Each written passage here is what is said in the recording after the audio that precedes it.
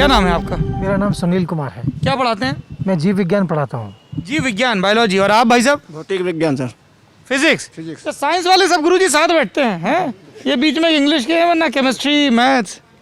तो एक तो ये लैब का बड़ा मसला है। आप फिजिक्स पढ़ाते हो, आप बायो पढ़ाते हो। साथ साथ मैं कुछ किताब के संदर्भ में भी बात कर। जी प्लीज़ बताइए। देखिए, उत्तर प्रदेश में जब से NCERT की बुक्स लगी हैं तो इंग्लिश की बुक्स का हिंदी तर्जुमा उसमें आ गया है। और मैं ये एक आपके चैनल के माध्यम से सरकार से एक बात कहना चाहता हूँ कि जो हमारे बच्चे इंटरमीडिएट में साइंस पढ़ रहे हैं, उन किताबों के अंदर पूरी किताब में 10 या 20 शब्द भी इंग्लिश के नहीं होंगे, क्योंकि इंटरमीडिएट की जो अहर्ता है वो इंजीनियरिंग के लिए और मेडिकल के लिए, दोनों के लिए एक लिमिटिंग फैक्टर का काम करती है। इसके बाद ही इंजीनियरिंग में जाते हैं बच्चे और मेडिकल में भी जाते हैं। तो उनकी किताबें जो NCERT से आ रही हैं वो पूरी की पूरी किताबें हिंदी में, उनमें कहीं भी एक भी शब्द इंग्लिश का नहीं है।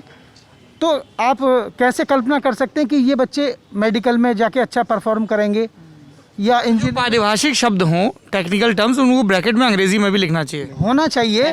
पहले लिखा हुआ था। पहले लिखा, हाँ मुझे भी यही ध्यान है। पहले लिखते था, लेकिन आज बड़ी मतलब ये दुर्भाग्य की बात है कि हमारी जो NCERT की जो बुक्स हैं इंटरमीडिएट की, उनमें इंग्लिश के शब्द ही नहीं है। ये जो हिंदी मीडियम से पढ़ाने वाले साइंस के टीचर्स हैं, उनसे कोई फीडबैक नहीं लिया जाता है क्या? एक तो शासन की एक नीति मुझे सही नहीं लगती है। जिस बच्चे पे 2 का टेबल याद ना हो वो 11वीं में एडमिशन साइंस में ले लेता है। कारण उसका क्राइटेरिया क्या रहता है? क्राइटेरिया क्या? पहली से 5वीं तक सब पास, 6ठी से 8वीं तक सब पास, 9th 10th में एक विषय में बिल्कुल 0 वाला पास। जब 10वीं में जिस पर जोड़ने घटाने नहीं आते 0 है, वो आके यहाँ बायोलॉजी मांगेगा और फिजिक्स के न्यूमेरिकल कर नहीं पाता।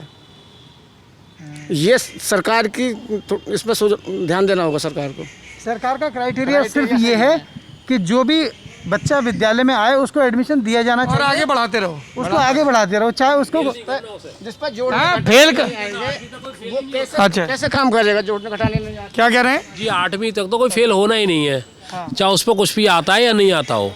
6ठी में 7वीं में कटे, 7वीं से 8वीं में कर दिया, 8वीं बाद 9th में जाने के बाद में अगर वो एक विषय में फेल है तो भी पास, अगर वो मैथ में फेल है तो पास, साइंस में फेल है तो पास, वो 10th तक तो पास हो गया।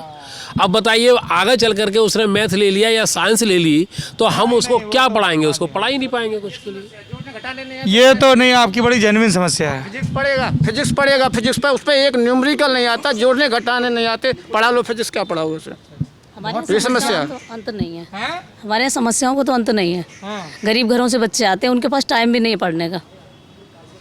ज़्यादातर नौकरी करते हैं, किसी के पास फ़ोन करो, गार्जियन के पास फ़ोन करते हैं कि आ जाओ, तो कोई आम जामुन बेच रहा है, कोई कुछ कर रहा है। तो इतने गरीब घरों के बच्चे हैं कि वो अपना घर चलाते हैं, फिर स्कूल भी सोचते हैं। इसीलिए सरकार की और सरकार से सहायता प्राप्त विद्यालयों के शिक्षकों की भी जिम्मेदारी बढ़ जाती है, और शिक्षकों की जो डिमांड है उस पर भी ध्यान, क्योंकि अभी तो शिक्षकों ने कह दिया संसाधन नहीं है। एक बार आप संसाधन दे दो, ट्रेनिंग दे दो, है ना, तो उसके बाद फिर इनकी भी जवाबदेही ज़्यादा हो जाएगी। इस तरह के निपट देसी वीडियो सिर्फ और सिर्फ मिलेंगे लल्लन टॉप यूपी पर। सब्सक्राइब करें।